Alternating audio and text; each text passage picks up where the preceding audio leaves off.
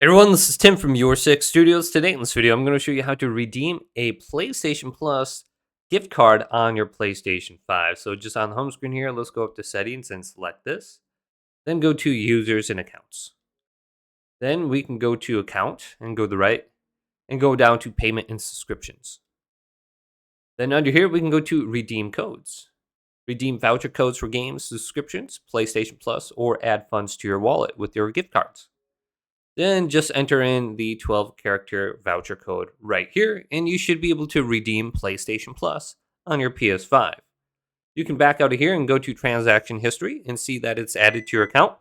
Also, you can go down to subscriptions right here and view your PlayStation Plus subscription and reactivate it and buy it again if you want to go ahead and do it via this method. And you can look at the different plans if you go to change plan right here.